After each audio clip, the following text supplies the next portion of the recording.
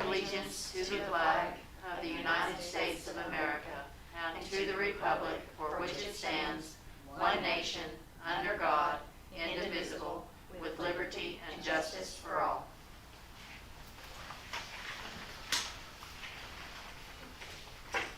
Roll call. Got everyone? Old business none, new business, dimensional variance. Everyone looked this over? Yes, I have. Yeah. Y'all have any questions for Molly? I think William brought up the 100-foot. Do you have something to say, William? I don't. I was just curious in the last meeting, since I was new, if that had been addressed previously or not. Evidently not. So No, here we are today. Yes. But yes, that was my only question about it. Okay. All right. Anyone else? The only thing I have on this, and it's really that I'm not against this variance. Let me state that now. But in today's world of building smaller houses and everything, is this something maybe we should look at and maybe take away this 100-foot from the front? Is it something we need to look at as a change to an ordinance? I think we need to look at each case individually. Individually? Okay. Yeah. And just leave it as is? Yeah. Okay. Yeah, I agree with that. Or I think the other thing we could do is create kind of a zone 1A that had smaller lots, you know, where the streets Yeah. do already have Yeah. those, you know, where they've already been surveyed, platted out as smaller lots rather than the larger ones. Yeah. That's Because something as well. Most of the new ones that we've built have all been smaller. You guys have come before us for each and every one of them, haven't you? Yeah, They've all been inside this, right here in this little hub. Yes. Well, we had the ones over on Maple Street Right. and Breckenridge, and then we had the ones over at Bright Street. Yes. Well, Bright Street is where we're looking at now, but I'm talking about over in the area there around behind Save-A-Lot there. We had some built there that were also smaller, but so we've had several of them that have been variances for the smaller ones. Yeah, I think it's a good idea, and obviously with your R2 and 3 zones within the city, you have smaller lots, Right. you know, for those, and these dimensions are much closer to those. Right. So I think it's perfectly appropriate Yeah. to do.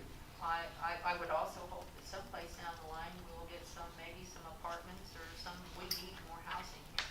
In the worst way, we need more housing, but multifamily housing. And Ruth, that's actually something I talked to the mayor about. Good. We actually have the property next to the school on Breckenridge, where the old Yes. salt box house is.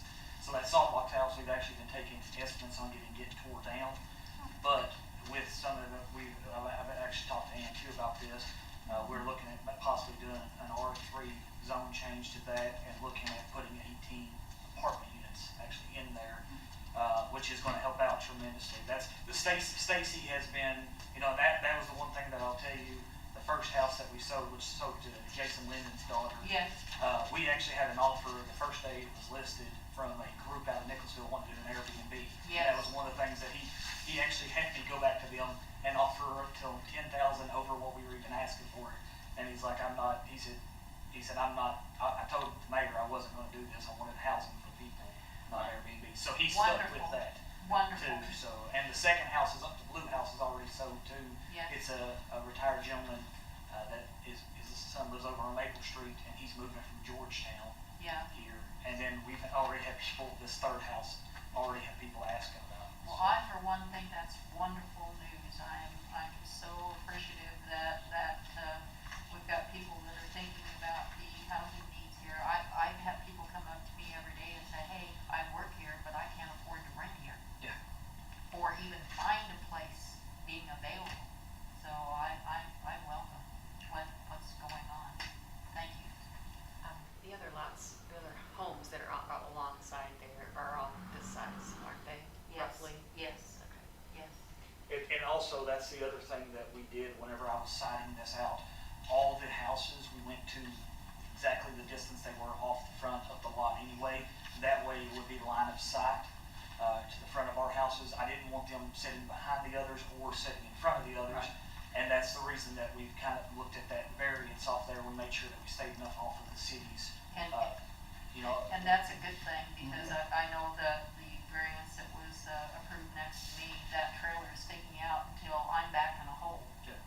My house is, and I notice that you guys have a straight line of sight. That's excellent. Yeah, I looked at process. the house that the Frasers owns, and that's what I tried to do is stay right in line with that in the brick house on down there. So Yeah. that's kind of the reason that we were looking at that, is just to keep the neighborhood.